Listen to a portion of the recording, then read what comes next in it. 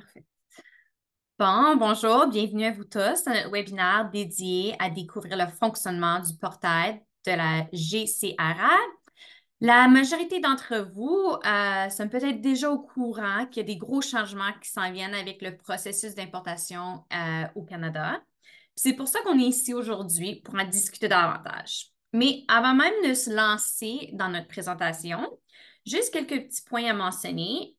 Donc, premièrement, la présentation d'aujourd'hui, elle va être disponible pour télécharger dans la fonction chat. Au bas de votre écran, il devrait y avoir une fonction chat où est-ce que vous pouvez trouver une copie du webinaire. Aussi, si vous avez des questions, n'hésitez pas de les poser. Vous pouvez les mettre directement dans le questions et réponses. Encore au bas de votre écran, il devait y avoir une section là, où est-ce que vous pouvez poser directement toutes vos questions. Puis écoute, on va essayer de répondre le plus de questions possible aujourd'hui, mais si on manque de temps, on va sûrement essayer de vous revenir là-dessus après le webinaire. En plus, dernière petite chose avant qu'on se lance là-dedans, vous recevez aussi une copie enregistrée de ce webinaire par email ou qui sera envoyé possiblement demain, j'ai l'impression, ou ça sera lundi, mais il va vous être envoyé d'ici quelques jours. Donc, on passe à la prochaine diapo.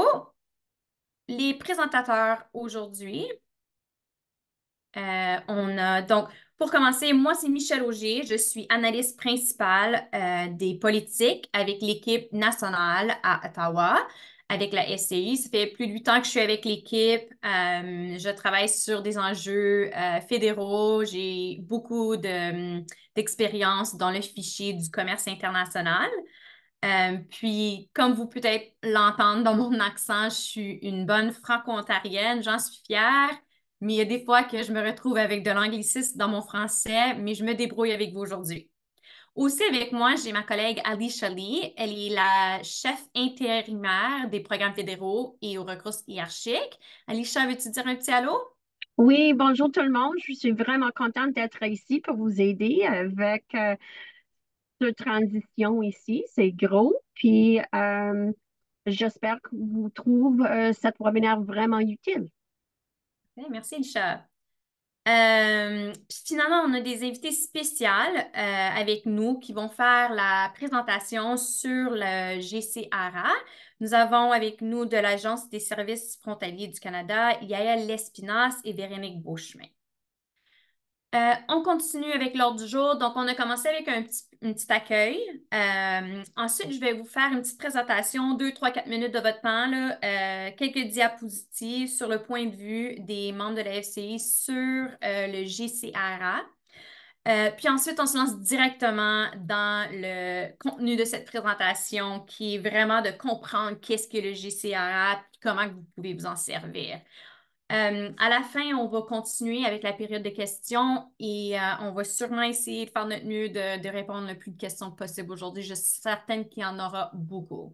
Fait que gênez-vous pas, posez les questions dans le questions-réponses, puis on fait de notre mieux de tous les répondre aujourd'hui. Bon, pour commencer, du côté de la FCEI, quand ça vient au commerce international, on a fait un sondage en janvier 2024. Il y en a beaucoup d'entre vous qui ont sûrement répondu au sondage, mais qu'est-ce qu'on a trouvé dans ce sondage-là? C'est que 65 des petites et moyennes entreprises importent des biens et des produits, des services au Canada. 65 sont impliqués. De ce 65 %-là, on a aussi posé des questions concernant le GCRA. Puis, qu'est-ce qu'on a trouvé? C'est que seulement 25 des entreprises au Canada sont enregistrées à la GCRA. Donc, pourquoi c'est important de reconnaître ces chiffres-là de notre côté? Ben, c'est parce que l'AFC se dirige vers un portail en ligne qui va simplifier la manière dont les taxes et les douanes sont faites sur les biens importés au Canada. On peut passer à la prochaine diapositive. Puis, ce portail-là, ça va vraiment changer la manière dont les biens sont importés au Canada. C'est le système qui va devenir officiel comme d'ici octobre 2024. C'est vraiment le système qu'il va falloir utiliser pour s'assurer que nos biens sont passés peuvent être importés au Canada. Pardon. Donc, c'est vraiment pour ça qu'on a décidé d'avoir ce webinaire aujourd'hui. C'est une session éducationnelle. C'est censé de vous aider à pouvoir vous enregistrer sur le GCRA. Et ensuite, il y aura aussi un petit aperçu sur les différentes fonctions du portail. Puis c'est vraiment, on est vraiment content et heureux d'avoir nos invités spéciaux de l'ASFC avec nous aujourd'hui pour vraiment nous fournir le détail du GCRA et de vous aider à comprendre comment vous enregistrer. Donc, sans plus tarder, on se lance là-dedans. Je tourne la parole à Véronique. C'est à ton tour. Merci beaucoup et on se voit, on se voit bientôt ici. OK, bonjour, j'espère que vous m'entendez. Pour pas que je commence pour rien. Et merci de vous accueillir, de nous accueillir. Merci de votre temps. Aujourd'hui, on va tenter de répondre à vos interrogations avec notre présentation, inscription de votre moyenne d'entreprise, petit, au portail de la GCRA. Il y a beaucoup d'informations, alors je me lance. OK. Excusez du détail. Projet, c'est gestion des cotisations, recettes à SFC. Bon, à GCRA, comme on disait, projet majeur. On s'en va. On résume, moins de papier, plus efficace, sauver de l'argent, efficacité, moins de déplacements. Bref, efficacité, c'est beaucoup ça. OK. Devrions-nous, pas trop vite les diapos, devriez-vous vous inscrire? OK? C'est la question qu'on entend souvent. Est-ce que mon entreprise devrait s'inscrire? Est-ce que moi, je devrais m'inscrire? Un diagramme qui peut vous aider à vous donner la réponse. La seule raison pour laquelle vous n'avez pas besoin de vous inscrire, si c'est vous n'importez absolument rien au Canada. Quand on parle d'importation, c'est pas juste j'ai acheté, j'ai payé. Ça peut être des dons, ça peut être des échantillons, ça peut être des commandites, tout ce qui rentre au Canada. Acheter, donner, petit, quelque chose d'un dollar, quelque chose de gros, si ça passe la frontière, c'est importé au Canada.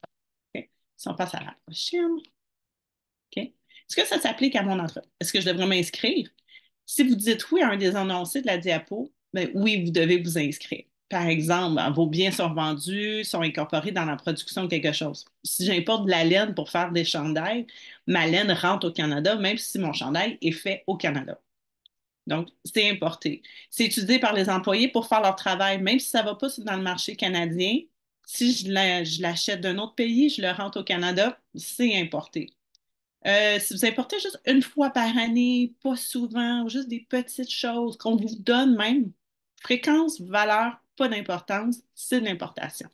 Si c'est votre courtier qui s'occupe de tout, ben, tant mieux parce que via le portail, votre courtier va pouvoir faire vos déclarations à l'intérieur de votre courtier avec une délégation de pouvoir, on en reparle plus tard.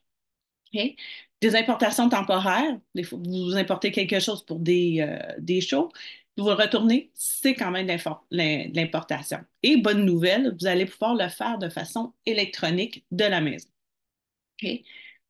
Par messagerie, par la poste, si c'est des grosses valeurs, en haut de 3 300 $, oui, vous devez vous inscrire.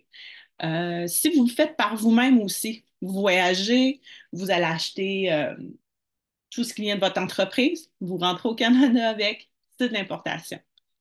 Aussi, si vous êtes un importateur non résident, vous ne vivez pas au Canada, mais vous importez des marchandises qui rentrent au Canada, oui, vous allez devoir aussi vous inscrire dans le portail comme importateur non résident. OK. Pourquoi s'inscrire maintenant? Là, on sait que il y a un 6 mois de plus avant le lancement de la GCRA. Mais pourquoi je m'inscrirais maintenant? Pour se familiariser avec le portail, pour aller jouer dedans, devenir plus familier, pour accéder à vos informations financières, organiser votre portail, aussi pour faire la délégation des pouvoirs à votre courtier ou aux autres acteurs qui pourraient rentrer et vous aider à faire vos transactions, vos employés aussi. En vous enregistrant maintenant ou avant la date de lancement, vous allez pouvoir bénéficier d'une période de 180 jours gratuits de la main levée avant paiement. C'est une nouveauté qui se passe maintenant, la main levée avant paiement. On en reparle un peu plus tard, inquiétez-vous pas, qui va être donné. Vous allez pouvoir bénéficier. Si jamais vous inscrivez après que la GCRA soit lancée, en octobre 2024, vous allez pouvoir bénéficier de la main levée avant paiement Par contre, il va falloir appeler le centre de soutien, remplir un formulaire, puis ça va peut prendre un peu de temps, il peut y avoir un peu de délai dans tout ça. Prochaine, s'il vous plaît. Donc, si votre entreprise importe des biens commercialement, rentre des biens au Canada, il faut vous inscrire au portail avec la GCRA en suivant 5 étapes faciles qu'on va vous présenter. OK? C'est aussi de s'enregistrer, vous, votre entreprise, mais aussi vous allez pouvoir déléguer des accès à vos employés et aussi courtiers et autres intervenants. 5 étapes, 5 étapes faciles. Donc, 5 étapes pour s'inscrire au portail de la GCRA. Ces étapes sont OK. On va donner plus de détails dans les prochaines diapos. Donc, première étape, avant même de commencer, identifiez votre gestionnaire de compte. OK? Qui va faire l'inscription? La personne, ça va être le responsable du compte. Cette personne-là va pouvoir donner des rôles, mais c'est la personne qui va être responsable de tout le compte. Il faut, avant même d'aller s'inscrire, trouver votre numéro d'entreprise, numéro d'importateur. Je vais vous aider aussi à le retrouver. Choisir comment vous allez vous inscrire. Ça va être fait devant l'ordinateur. Puis, il y a des informations aussi à avoir entrées et des questions de sécurité. C'est ça seulement, c'est les étapes pour s'inscrire. On va les regarder un peu plus. Étape 1. Identifier un gestionnaire de compte. OK? Ou si jamais vous travaillez avec des collègues anglais, ça se peut que vous entendiez BAM, qui est c'est le principal. Le rôle de gestionnaire de compte, c'est le niveau le plus élevé de la gestion du compte d'entreprise. Donc, lui qui délègue, qui décide de tout. C'est la première personne qui s'inscrit devient automatiquement le gestionnaire de compte. Donc, décider avant même de faire l'inscription qui va l'être. Okay? Ce n'est pas nécessairement le président ou le fondateur de la compagnie, c'est juste quelqu'un qui va être responsable de ce compte-là. Okay? Pour les comptes, il doit disposer, c'est lui qui va avoir aussi les informations avant même de commencer à l'étape 2, avant de s'asseoir. Okay? Les entreprises doivent choisir cette personne avec soin, tenant le fait du compte que le gestionnaire, c'est pas obligé d'être le propriétaire non plus. Okay? Idéalement, très, très, très, très, très suggéré et encouragé d'en choisir plus qu'un. Si jamais il arrive quoi que ce soit, au moins il y a une autre personne qui peut déléguer, prendre des décisions et faire plusieurs actions. Okay? C'était l'étape 1. Étape 2. Préparez le ou les nouveaux numéros d'entreprise. Si vous avez déjà importé dans le passé, ce numéro-là est déjà existant et déjà relié à votre entreprise, avec votre entreprise. Pour trouver ce numéro-là, si vous avez un B3 ou si vous avez une copie fondue du B3 que votre courtier vous donne, parce qu'il donne quand même un résumé, vous avez ce numéro-là, il est là.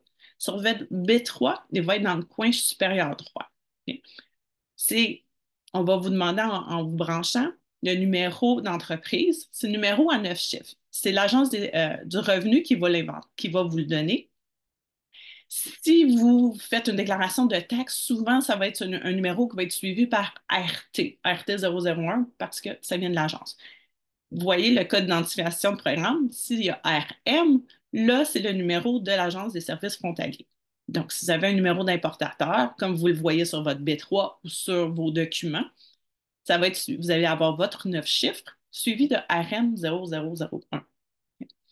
Donc, puis celui-là, on l'appelle le numéro d'entreprise 15 ou RM15, c'est tout le monde ensemble, le 9 chiffres avec ce numéro-là.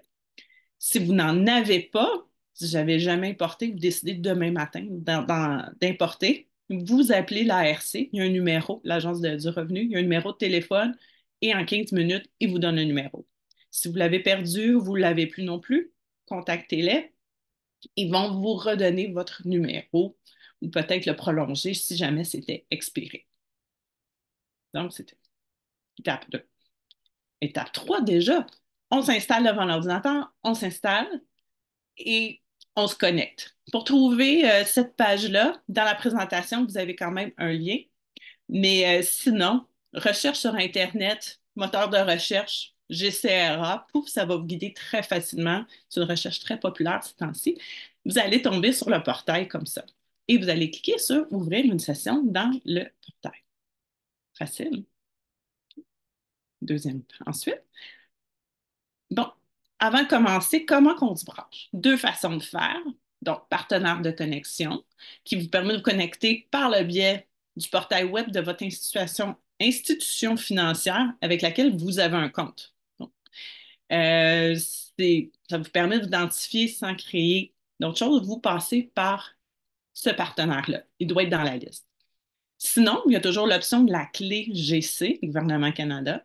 Cette option vous permet de réutiliser les identifiants que vous avez déjà utilisés avec d'autres portails du Canada, mais ou de créer une nouvelle clé qui va juste être pour ce portail-là. Si vous vous connectez avec partenaire de connexion, comme on disait, il faut déjà avoir un compte. Vous sélectionnez le compte et ensuite vous allez diriger sur la page. Ça ne permet pas en aucun temps à l'Agence des services frontaliers d'accéder à vos informations financières. Jamais. Ça permet seulement de vérifier que vous êtes bien la personne que vous prétendez être. Donc, en passant par le compte, c'est une façon de vous identifier. Question de sécurité. Sinon, vous pouvez choisir de vous authentifier avec une clé. OK? Vous ne pouvez pas utiliser la même que votre portail avec l'ARC. OK? Si vous n'avez pas encore de clé, vous pouvez en créer une nouvelle. Vous suivez la procédure d'inscription, choisir le mot de passe, votre identifiant. OK? À droite de l'écran, vous cliquez sur S'enregistrer, puis après ça, il va y avoir une page J'accepte les conditions. Donc, à droite, c'est là où vous allez commencer pour la première fois. Une fois que vous avez choisi l'option partenaire de connexion ou l'option de la clé, peu importe, vous pouvez vous inscrire, vous pouvez, à l'authentification multifactorielle, donc une deuxième vérification de sécurité pour s'assurer encore que c'est bien vu. OK? L'écran d'inscription arrive. L'adresse électronique que vous allez choisir, assurez-vous que c'est une adresse qui est facile à utiliser, que vous utilisez souvent, parce que les communications, la clé de sécurité va arriver sur cette adresse-là.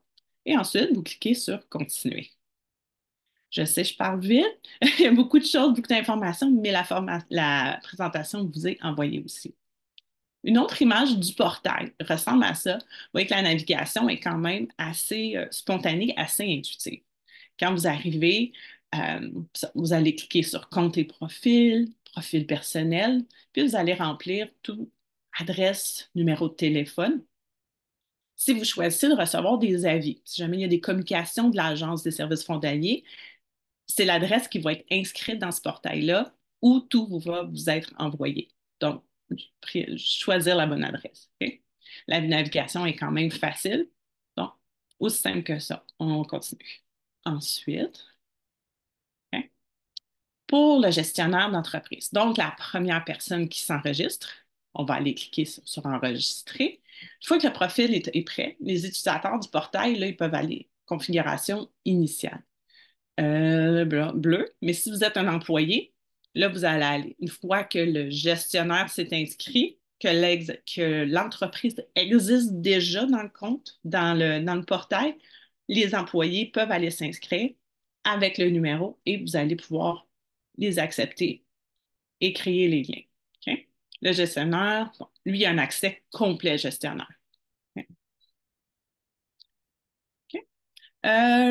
Oui, donc on est rendu, lui il est inscrit, voici les numéros dont on avait besoin. Vous voyez les 9 chiffres qu'il y a en gros, le RM, pas le RM, le numéro d'entreprise avec le RM 0001. Généralement, c'est 001. Si vous avez plusieurs comptes qui sont liés au même numéro, ça peut aller plus loin.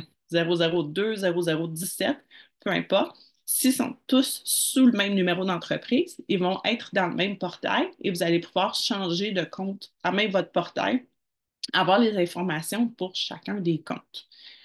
Donc, c'est pour ça qu'on disait qu'il faut l'avoir et ça, c'était sur le B3. OK? OK? C'est toujours. OK. Ensuite, étape 4. Maintenant, vous êtes invité à fournir des informations sur le numéro d'entreprise, comme le nom légal et l'adresse d'entreprise. N'oubliez pas de confirmer auprès de l'ARC, l'Agence du revenu, que tout changement qui a été fait à l'adresse, au nom d'entreprise, sont correctement dans les dossiers afin que les deux soient la même chose, parce qu'il va y avoir une validation des portails. OK? Et l'étape 5, la dernière étape, il va y avoir des questions de sécurité pour être sûr que c'est bien fait. Si vous êtes un nouvel importateur, vous avez décidé tout récemment d'importer, vous n'avez pas encore de facture, vous n'avez jamais payé de droits et taxes, il n'y aura pas de questions, il n'y aura pas de questions inventées. On ne vous demandera pas des questions auxquelles vous n'avez pas de réponse. Le système va passer par-dessus les questions. OK? Donc, ayez en main, vous voyez ici, c'est une copie de votre B3. Si vous faites affaire avec un courtier, le courtier souvent va vous faire un document qui ressemble à ça, qui va être similaire, mais vous allez avoir les mêmes, à peu près les mêmes cases et les mêmes informations où vous allez trouver votre numéro d'entreprise avec le ARN. OK? Puis d'autres informations. Ici, vous voyez comme en orange le numéro de transaction. Souvent, on va choisir une transaction, puis il va y avoir des questions. C'est le montant des taxes, peu importe, selon ce que vous avez. OK?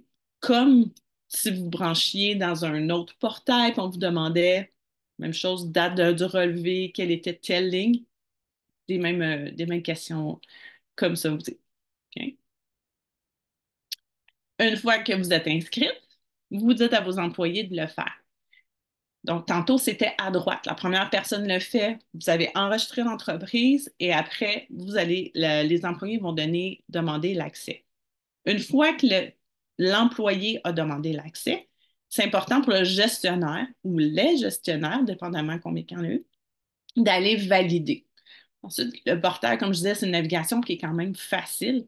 Donc, vous allez pouvoir, ça va arriver sur la première page, accepter les liens d'employés et leur donner, déterminer aussi quel rôle ils vont avoir.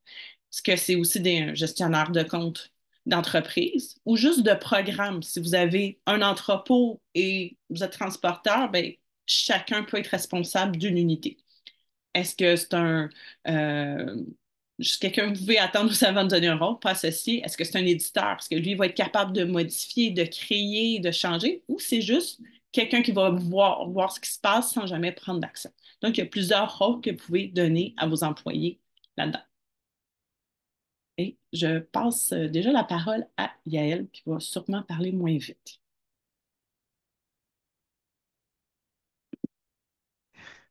Pas nécessairement, j'espère. Je vais essayer. Maintenant, je vais vous parler de la délégation de pouvoir. Véronique a mentionné tantôt que si vous aviez un courtier en douane, vous alliez lui donner l'autorisation de travailler en votre nom. Donc, on va aller regarder un petit peu de quoi ça a l'air. Ici, vous voyez que en haut à droite de l'image du portail, on vous donne un choix de compte RM. Si vous avez plusieurs comptes RM, c'est à ce niveau-là que vous allez passer de l'un à l'autre. Donc, toujours s'assurer d'être en train de gérer le compte RM qu'on veut être en train de gérer. Et c'est par là qu'on va aller, effectivement, une fois qu'on est dans le portail, c'est par là qu'on va aller donner, gérer les employés, donc l'accès dont Véronique parlait tantôt en bas à gauche. Ensuite, les relations d'affaires, c'est par rapport à la délégation de pouvoir, à votre courtier en douane ou tout autre fournisseur de services avec qui vous pourriez faire affaire. Donc, au niveau du portail, aujourd'hui, avec votre courtier en douane, euh, l'accès, toute la relation se passe en dehors du portail avec des papiers, peut-être des courriels, mais il n'y a pas vraiment de vue d'ensemble. Avec le portail, vous allez avoir vous allez pouvoir gérer la relation différemment et vous allez pouvoir avoir une vue d'ensemble sur tout ce qui se passe au niveau des douanes pour votre entreprise. Donc, allez voir un petit, on va aller voir à cette diapo ici. La délégation de pouvoir, c'est quoi les attributs de visibilité? Votre courtier en douane, vous pourriez lui donner le droit de voir tout ce qui se passe sur le compte et de voir les mêmes choses que vous. Et c'est parfait. Par contre, il y a également la possibilité que vous auriez plus qu'un courtier en douane. Peut-être que vous avez une compagnie de messagerie qui, qui paie les droits et taxes pour vous, pour tout ce qui vient par messagerie et que les autres importations sont gérées par un courtier en douane. Vous avez le choix que messagerie A ne voit rien de ce que fait messagerie B. Vous avez aussi le choix que le courtier en douane soit en mesure de voir tout ce que tout le monde fait, mais chaque messagerie ne voit que ce que eux font. Donc, pour résumer, différents niveaux, soit que c'est toutes les transactions qui sont soumises uniquement par le fournisseur de services, ou bien vous lui donnez le droit de voir également ce que vous, en tant qu'importateur, vous faites sur le portail, ou bien vous lui donnez le droit de voir les transactions de tout le monde. Donc, pour chacun de vos fournisseurs de services, vous avez la possibilité de faire ce choix. C'est toujours bien, on vous recommande de discuter avec vos fournisseurs de services pour savoir qu'est-ce qu'ils vont faire pour vous, en particulier pour les paiements. Parce qu'avec le portail, vous avez l'option, vous avez la possibilité de faire le paiement vous-même. Est-ce que vous souhaitez faire vos paiements vous-même? Est-ce que le courtier en douane avait l'habitude de faire les paiements pour vous, puis ça va changer, ou est-ce que ça reste la même chose? C'est vraiment une décision d'affaires. Vous allez décider ça avec votre courtier, mais c'est important d'en parler juste pour éviter d'avoir les paiements faits par deux personnes. Personne ne veut avoir payé en trop par erreur. Donc, une fois qu'on est dans le portail, que la configuration est faite, ce qu'on vous montre là maintenant, c'est une maquette conceptuelle, c'est le compte de personne, ne vous inquiétez pas. Donc, c'est une maquette conceptuelle qui vous donne une idée de c'est quoi votre tableau de bord, si vous voulez. Donc, encore une fois, en haut à droite, on a le compte d'importation. Donc, si vous avez plusieurs comptes RM, que ce soit pour importation ou pour d'autres fonctions, chaque compte RM va avoir son tableau de bord. Ici, nous avons plus ou moins mis ensemble les différentes plages. Par exemple, on a mis encadré en bleu tout ce qui concerne la délégation de pouvoir. Vous vous souvenez, on était allé dans Configurer mon portail tantôt pour donner les autorisations aux employés et aux courtiers en douane. Donc, vous avez un accès rapide avec votre page d'accueil. Tout ce qui est en vert concerne les transactions de finances. Donc, par exemple, vous avez un aperçu en ligne, en temps réel, de vos transactions. Ce n'est pas encore en place sur le portail. Aujourd'hui, vous ne verriez pas vos transactions en temps réel puisque les transactions d'importation ne sont pas encore au niveau du portail, mais vous allez quand même voir tout ce qui est passé à votre compte au niveau financier. Vous allez voir tout ce que vous allez pouvoir gérer vos options de paiement. Et vous avez aussi l'option de faire les demandes de décision anticipées. Si vous avez déjà utilisé ce système, vous savez de quoi je parle. Sinon, en bref, c'est simplement demander à la SFC de vous aider à déterminer c'est quoi le classement d'une marchandise, de nouveaux types de marchandises que vous voulez importer, ou bien comment calculer la valeur en douane parce qu'il y a plusieurs facteurs différents, ou bien vous voulez vous assurer de l'origine d'une marchandise parce qu'elle est fabriquée dans un pays étranger avec différentes matières premières venant de différents endroits. Donc là, c'est une possibilité que la SFC vous offre. Avant, c'était fait papier, mais aujourd'hui, au niveau du portail, on peut le faire directement. Donc, au point de vue communication, c'est fou ce qu'on peut gagner comme temps. Déjà, le temps de faire la poste, de transmettre le courrier, puis de l'ouvrir. Sur le portail, votre cas est déjà créé assez rapidement dès que nous recevons votre demande. Maintenant, on va aller parler un petit peu de la déclaration en détail commercial DDC. Aujourd'hui, vous utilisez du papier. C'est un formulaire B3. S'il y a une erreur ou si vous avez un document qui vient s'ajouter, vous devez faire une correction, un ajustement, ça va être un formulaire B2. Donc, c'est du papier. La déclaration va être faite. Ça peut être fait directement par vous, l'importateur, ou bien par un courtier en douane. une fois que nous allons mettre toutes les fonctionnalités du portail en ligne en octobre, ce ne sera plus des papiers, ça va être une déclaration, ça va être une DDC, déclaration en détail commercial, et ça va se faire au niveau du portail. Évidemment, si vous faites affaire avec un courtier en douane, votre courtier en douane va continuer à transmettre électroniquement. Mais si vous préparez vous-même vos documents, vous pouvez vous rendre sur le portail. En fait, il faudra vous rendre sur le portail. Vous allez préparer votre déclaration et vous aurez aussi l'opportunité de sauvegarder des formulaires. Vous allez pouvoir, alors pas le formulaire pas le formulaire que vous allez soumettre, mais par exemple une ébauche. Si vous travaillez souvent avec le même fournisseur, vous pouvez le garder en ébauche et le sauvegarder.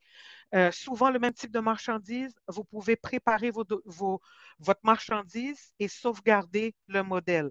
Donc, tout ça, ça va vraiment vous permettre de gagner du temps. L'importateur qui fait tout lui-même, aujourd'hui, on parle d'importateur type C, vous allez entendre importateur cash. C'est la personne qui se rend au point d'entrée avec son petit dossier de documents et qui fait lui-même sa procédure au niveau des douanes. Qu'est-ce qui se passe? C'est qu'il va dédouaner sa marchandise au point d'entrée. Il va remplir un B3 sur une machine CICEPS ou STDCC au niveau qui se trouve au port d'entrée, la faire imprimer, combiner le B3 avec tous les documents, aller à la caisse et payer. Maintenant, avec l'autre version qui s'en vient en octobre 2024, la personne qui veut continuer à faire lui-même toutes ces opérations va pouvoir le faire. Continuer à se rendre pour dédouaner les marchandises au point d'entrée, payer le montant dû également. Sauf que, au lieu de préparer le document au point d'entrée, attendre pour utiliser la machine, etc., vous allez pouvoir faire ça sur votre table de cuisine avec votre tasse de café et tout préparer à l'avance. Vous imprimez votre document, vous vous rendez au point d'entrée, vous avez tout ce qu'il vous faut, vous savez à quoi vous attendre parce que le système vous aura calculé les droits et taxes et vous pouvez faire votre paiement au point d'entrée. C'est vraiment beaucoup plus simple.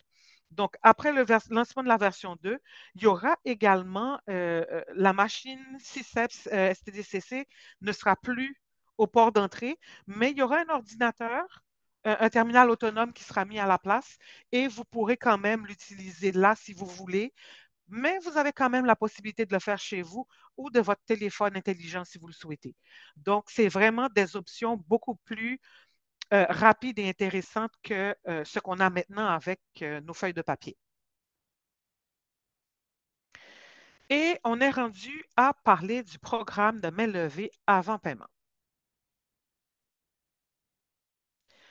Le programme de main levée avant paiement, le nom l'indique, ça permet d'obtenir la main levée des marchandises avant de faire la déclaration en tant que telle. Donc, ça veut dire la DDC ou B3 aujourd'hui et reporter le paiement des droits et taxes. C'est fort possible que vous bénéficiez d'un programme de main levée avant paiement aujourd'hui sans vous en rendre compte parce que vous utilisez celui de votre courtier. Si jamais vous faites toutes vos déclarations, toutes vos transactions d'importation avec les services d'un courtier, puis vous le payez à la fin du mois, c'est parce que votre courtier vous fait bénéficier de sa main levée avant paiement. À partir d'octobre 2024, les importateurs qui veulent pouvoir continuer à utiliser la main levée avant paiement vont eux-mêmes s'inscrire et déposer leur propre garantie financière. Il n'y aura plus la possibilité d'utiliser la garantie financière du courtier.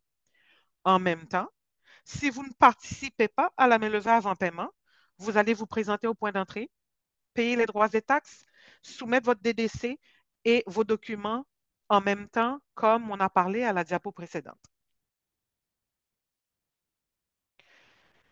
Va y avoir une période de transition pour la main levée avant paiement.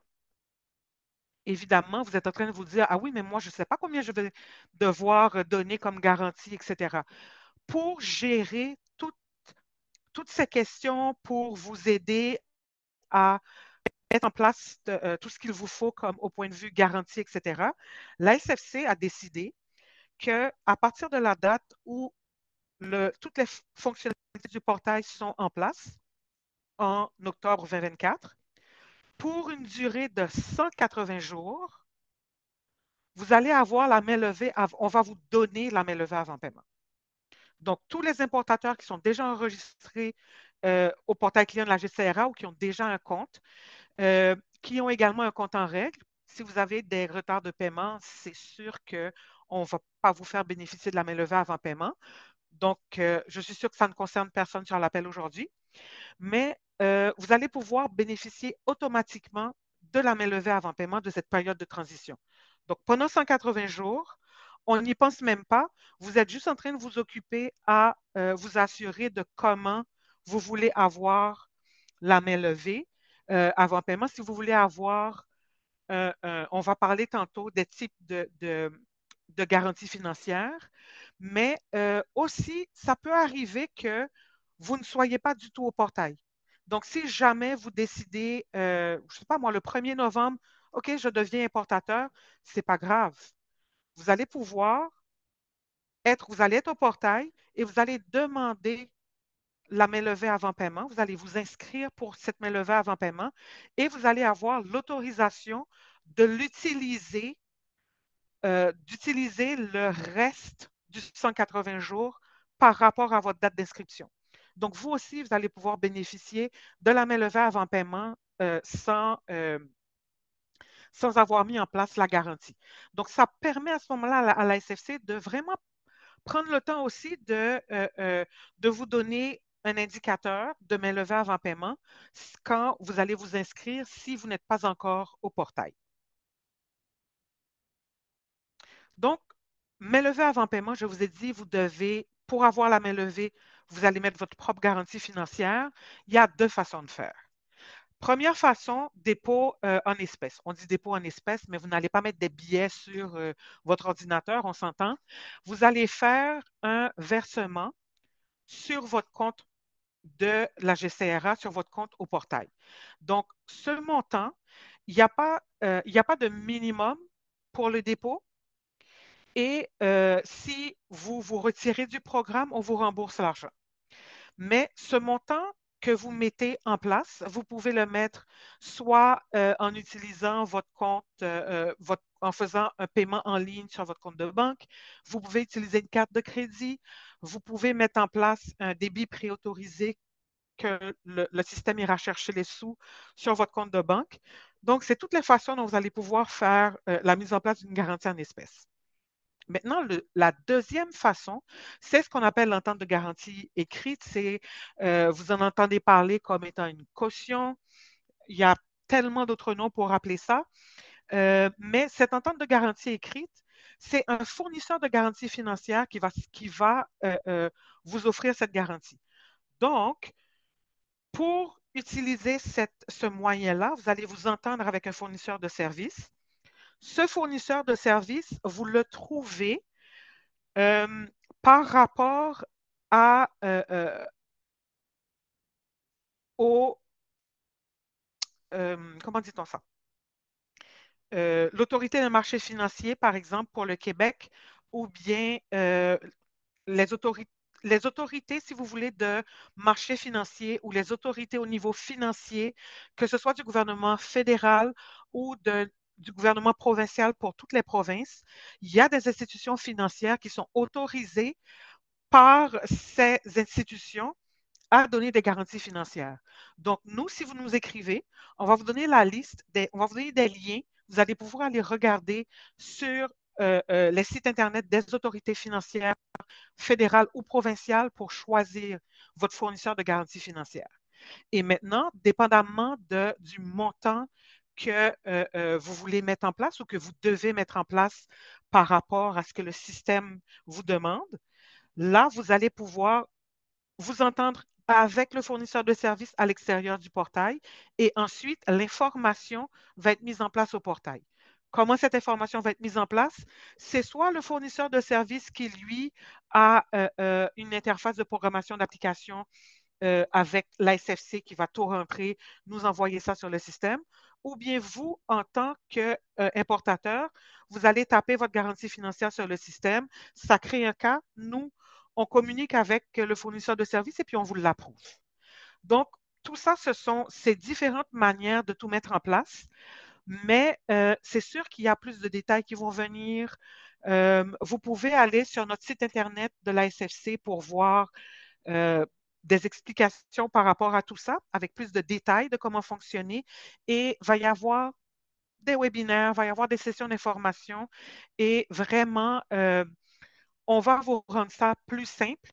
Pour l'instant, aujourd'hui, je fais juste vous donner l'information globale. Pour le calcul, donc, la façon dont le système va se baser, c'est de regarder les 12 derniers mois, le compte recevable que vous aviez par rapport à l'agence le plus élevé pour les 12 derniers mois. Quand on parle de la garantie en espèces, le dépôt, c'est 100%.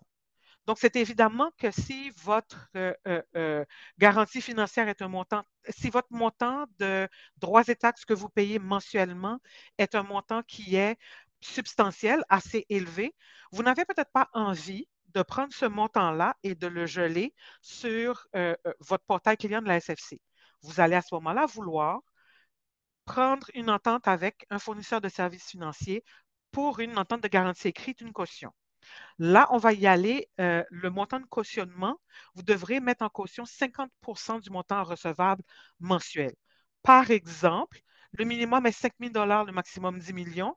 Donc, on va dire que si vos droits de douane sont en général aux alentours de 50 000 par mois, eh bien, vous allez demander à votre fournisseur de services financiers de vous cautionner pour 25 000 et c'est ce que la SFC va accepter comme garantie sur votre compte. C'est vraiment un système qui est bien clair. Ici, on passe rapidement, mais il y a vraiment beaucoup de détails qui vont être disponibles pour vous et ne vous inquiétez pas, on va pouvoir vous transférer les informations. Il y a plusieurs liens dans la présentation qui vont vous permettre d'accéder à de la documentation en ligne. Maintenant, on va parler de la période de transfert.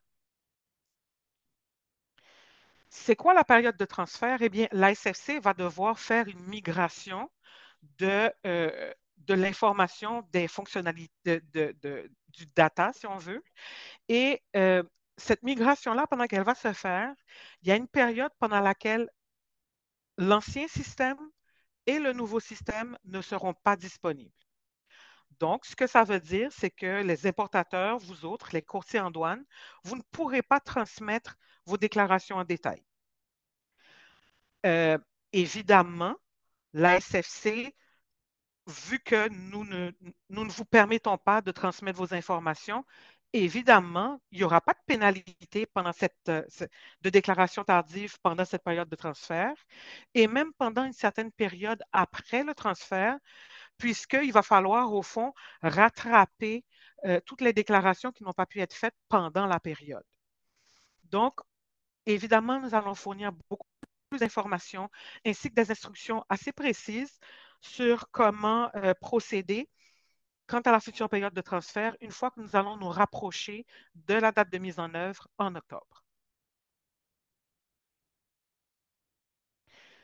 Je vous parlais de ressources supplémentaires. On ne va pas aller dans le détail par rapport à ces ressources supplémentaires, mais sachez qu'elles existent, qu'il y a des liens. Il y a toutes sortes d'informations, y compris une chaîne YouTube si vous préférez les vidéos, et vous allez pouvoir vraiment regarder dans les détails et surtout avoir des guides. Nous avons également de l'aide à vous offrir avec le formulaire de contact web et le numéro de téléphone. Je vais céder la parole à Michel qui a peut-être des questions pour nous. Oui, on a reçu une question où est-ce qu'on cherche un peu de clarification entre la date du 13 mai à elle et la date du 24 octobre. Fait que peut-être tu peux nous donner un peu de détails sur le délai qui se pose présentement? Oui. Entre assez récemment, la semaine dernière, vendredi dernier, nous avons fait l'annonce que au lieu que le portail soit disponible pour les clients à partir du 13 mai, que ça allait être reporté à octobre 2024 et donc, ce que ça veut dire, c'est que la période de transfert dont je viens de parler n'a pas lieu par rapport aux clients. Ce que ça veut dire aussi, c'est que les fonctionnalités dont je viens de parler, par exemple la CAD, mes levées avant paiement au niveau du portail, etc., ça va être disponible au niveau d'octobre. Par contre, nous, à l'interne de la SFC, nous allons fonctionner en utilisant la partie interne du portail. Maintenant, c'est certain que c'est possible que avec votre courtier en douane, vous ayez vous ayez pris des arrangements qui devaient être mis en place à partir du 13 mai. Par rapport à ces arrangements, ça va être vraiment à vous de confirmer avec votre courtier en douane de comment vous allez procéder par la suite par rapport à ces arrangements-là. Et c'est avec votre courtier en douane que vous allez voir si les arrangements qui sont pris avec vous sont nécessaires à partir d'aujourd'hui ou si ce sont des arrangements qui vont être reportés à partir d'octobre. Je vous donne un exemple. Vous pouvez faire si vous êtes déjà inscrit au portail, vous pouvez faire vos paiements vous-même. Mais si vous choisissez de demander à votre courtier en douane de faire les paiements pour vous, ça va peut-être changer votre entente de service avec votre courtier en douane. Donc, tout ça, c'est vraiment une décision d'affaires. Par contre, si vous décidez que vous voulez attendre pour reporter certains arrangements avec votre courtier à la période d'octobre, c'est vraiment il faut quand même, il faut vraiment voir par rapport à ce qui est déjà disponible et ce qui ne l'est pas. Ma recommandation de personnes de la SFC, c'est aller regarder sur notre site Internet. Regardez ce que nous vous disons qui est disponible maintenant. Regardez ce que vous pouvez faire. Si vous avez des questions très précises, écrivez-nous à la boîte d'engagement. On ne va pas vous dire quoi faire, on n'a pas le droit. On ne va pas vous dire, on va pas vous dire quoi dire à votre courtier, on n'a pas le droit non plus. Mais ce qu'on va faire, c'est qu'on va vous indiquer qu'est-ce que vous pouvez faire vous-même ou pas. Et à ce moment-là, vous allez pouvoir prendre une décision éclairée. Donc, je vous encourage vivement, si vous avez des questionnements par rapport à votre situation particulière, de nous écrire ou d'écrire quand même au SCI pour voir, ils pourraient nous transmettre la question et pouvoir à ce moment-là aider peut-être un maximum de personnes si nous répondons à la question d'un point de vue général plutôt qu'un cas particulier. Parfait, merci beaucoup. On a reçu une autre question. On se pose, nous avons deux compagnies. Est-ce qu'on peut être sur la même plateforme ou devrons-nous créer deux comptes séparés? OK. Donc, quand vous dites que vous avez deux compagnies, moi, ce que j'entends, c'est que vous avez deux numéros d'entreprise. OK? Si c'est bien le cas, ça veut dire que pour chaque numéro d'entreprise, chaque individu qui doit rentrer dans le portail va devoir avoir un profil. Donc, ça veut dire que chaque individu devra avoir deux profils. Donc, j'ai eu à répondre à cette question. Donc, moi, je vais aller un peu plus loin. Euh, j'ai eu à répondre à la question suivante. Et si je veux avoir une seule entreprise, qu'est-ce que je fais? Fait que moi, je vais vous donner l'information que j'avais été capable de retracer pour cette autre personne. Sur le site Internet de l'Agence de Revenu Canada, de l'ARC LARC, ils ont l'information de comment faire pour amalgamer deux numéros d'entreprise. Donc, c'est vraiment une décision d'affaires. Si vous voulez vraiment les garder les deux séparés, parce que c'est fort possible, vous pouvez les garder les deux séparés. Vous avez l'option et vous avez également l'option. C'est vraiment, il y a tellement d'options. Vous pouvez également avoir l'option, disons que les entreprises fonctionnent de manière interreliée. Peut-être que vous voulez avoir deux numéros d'importateurs sur un seul portail et utiliser à l'interne, faire des transferts internes. Je pense que ce qui est important pour vous, c'est de bien comprendre que le portail vous donne un accès par numéro d'entreprise et maintenant, vous, à l'interne, vous allez choisir comment vous voulez gérer votre entreprise au niveau du portail et comment vous voulez gérer vos importations. Merci, Yael. Une autre question est rentrée. Fait qu'on demande quelle est la différence entre une gestion de programme et gestion de l'entreprise pour l'accès donné aux relations d'affaires. OK. Les relations d'affaires, si vous donnez la gestion, OK, c'est la même chose que pour l'interne. Donc, gestionnaire de compte d'entreprise et gestionnaire de compte d'entreprise pour la relation d'affaires, ils ont accès au compte au complet et à tous les numéros RM. Donc, si par exemple, vous avez une entreprise que vous avez un bureau à Montréal, un bureau à Ottawa, et pour chacun, vous avez un compte RM, si vous donnez à votre partenaire d'affaires gestionnaire du compte d'entreprise, il va voir tout ce qui se passe sur les deux RM. Si vous lui donnez gestionnaire du compte de programme, il va avoir accès à uniquement le compte RM que vous lui avez donné. Et c'est la même chose à l'interne. Donc, gestionnaire de compte de programme, ça se rapporte à un compte RM. Gestionnaire de compte d'entreprise, c'est vraiment tous les comptes RM at large. Merci beaucoup pour la clarification. Est-ce que, est-ce que toutes les entreprises qui importent doivent s'inscrire au portail, même s'ils importent seulement une ou deux fois par année? C'est une question qui nous revient souvent, celle-là. Oui, si vous importez pour votre entreprise, vous devez vous enregistrer au portail, même si ça arrive très rarement. Vous êtes enregistré à Revenu Canada.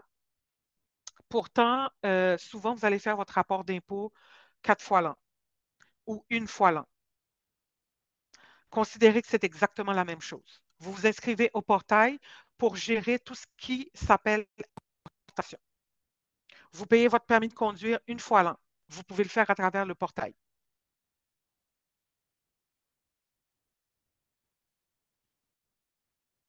Merci. J'essaie de voir si on a encore quelques petites questions qui rentrent. Une qui est rentrée avec l'enregistrement de la session.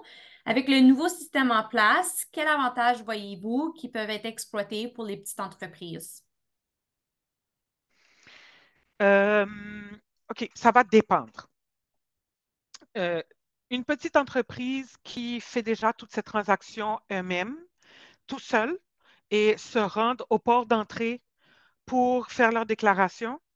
L'avantage pour eux, c'est que la déclaration peut être préparée à l'avance. Vous pouvez, vous le faites, parce que vous le faites à partir de chez vous. Vous le faites sur votre téléphone, vous le faites sur votre laptop. Donc, vous avez vraiment une flexibilité que vous n'avez pas aujourd'hui par rapport à cela. Aujourd'hui, vous ne pouvez pas aller chercher votre modèle et puis faire une modification. Avec le portail, vous allez pouvoir faire ça. Avec le portail, vous allez pouvoir avoir une vue d'ensemble de tout ce que vous avez commandé pendant l'année, de tout ce que vous avez commandé depuis que vous êtes sur le portail. Et vous n'avez pas besoin d'aller dans le classeur qui est en arrière de vous et sortir la grosse pile de papier et aller les feuilleter à la main. Vous allez tout avoir sur le portail. Vous pourrez même, si vous le souhaitez, faire un téléchargement de vos factures et les joindre à votre déclaration sur le portail, puis tout avoir à cet endroit-là. Donc, ça, c'est vraiment un avantage pour toutes les petites entreprises. Maintenant, si vous faites affaire avec un courtier, eh bien, ça vous donne l'opportunité d'avoir les informations à portée de la main. Vous n'avez pas besoin d'appeler le courtier, d'attendre qu'il retourne votre appel pour pouvoir demander c'est quoi mon montant de droits et taxes. Non, vous avez juste à rentrer dans le portail, toutes vos informations sont là. Et vous pouvez également faire des rapports, sortir vos états de compte. Tout ça, c'est vraiment un gros changement. Tout va être à votre portée. Ce que vous ne pouvez pas faire, c'est obtenir la main levée à distance. Et ça, je vais être claire là-dessus parce que la main levée est obtenue électroniquement par un fournisseur de services ou bien elle est obtenue en personne au point d'entrée. Et la main levée est une partie importante pour faire son importation. Parfait, merci.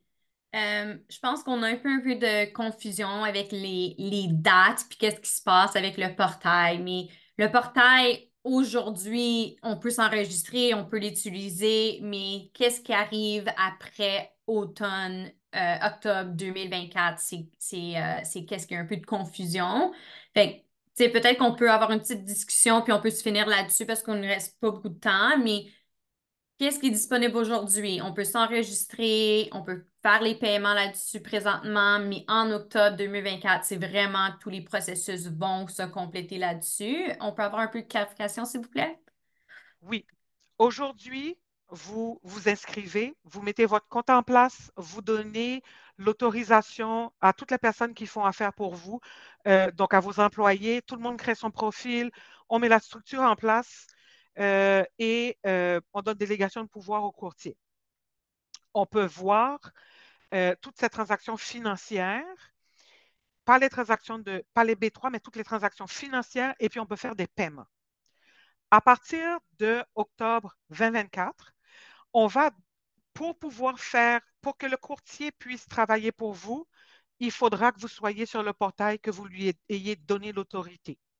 Mais ensuite, à partir de ce moment-là, donc le courtier est sur le portail avec vous, ou bien vous faites vos transactions, toutes les transactions vont être visibles sur le portail. Donc, tout ce qui se fait comme importation à partir d'octobre 2024 est visible sur le portail.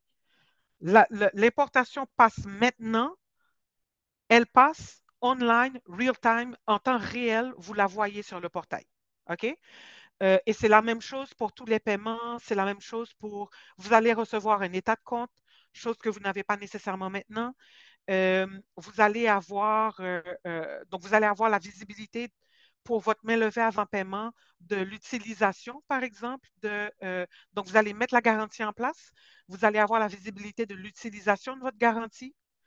Vous allez vraiment avoir le contrôle de vos importations une fois que le portail va être en place. Bon, c'est parfait. Merci, Yael, pour la clarification. Il nous reste seulement 2, 3 petites minutes. Donc, pour finir aujourd'hui, on a juste quelques petites diapos à finir avec. Mais j'aimerais vraiment remercier Véronique et Yael pour toute l'information qu'ils ont partagée aujourd'hui.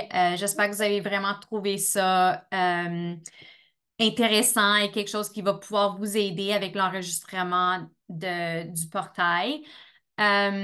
Juste quelques petits webinaires qui s'en viennent à noter. Donc, on a une mise à jour économique avec notre économiste senior Simon Gaudreau qui s'en vient le 30 avril. Donc, si vous n'êtes pas inscrit, allez vous inscrire. Puis, il va avoir un autre webinaire qui s'en vient sur le bien-être en milieu du travail, date à être confirmée, mais juste vous tenir au courant des prochains webinaires qui s'en viennent et les sessions. Encore une fois, je vous remercie. Puis si on n'a vraiment pas eu la chance aujourd'hui de répondre à vos questions, j'encourage fortement de contacter les ressources conseillers de la FCEI. Ils peuvent sûrement vous aider. Et puis, s'il y a quelques questions on peut vous revenir là-dessus, que ça n'a pas été adressé durant la présentation, on va faire notre mieux de s'assurer qu'on vous revient avec des réponses. Donc, merci encore, Yael, Véronique. Ça a été vraiment une très belle session. On apprécie toute l'information que tu as partagée avec nous. Puis je vous dis merci. Bonne fin de journée à tous. Bye.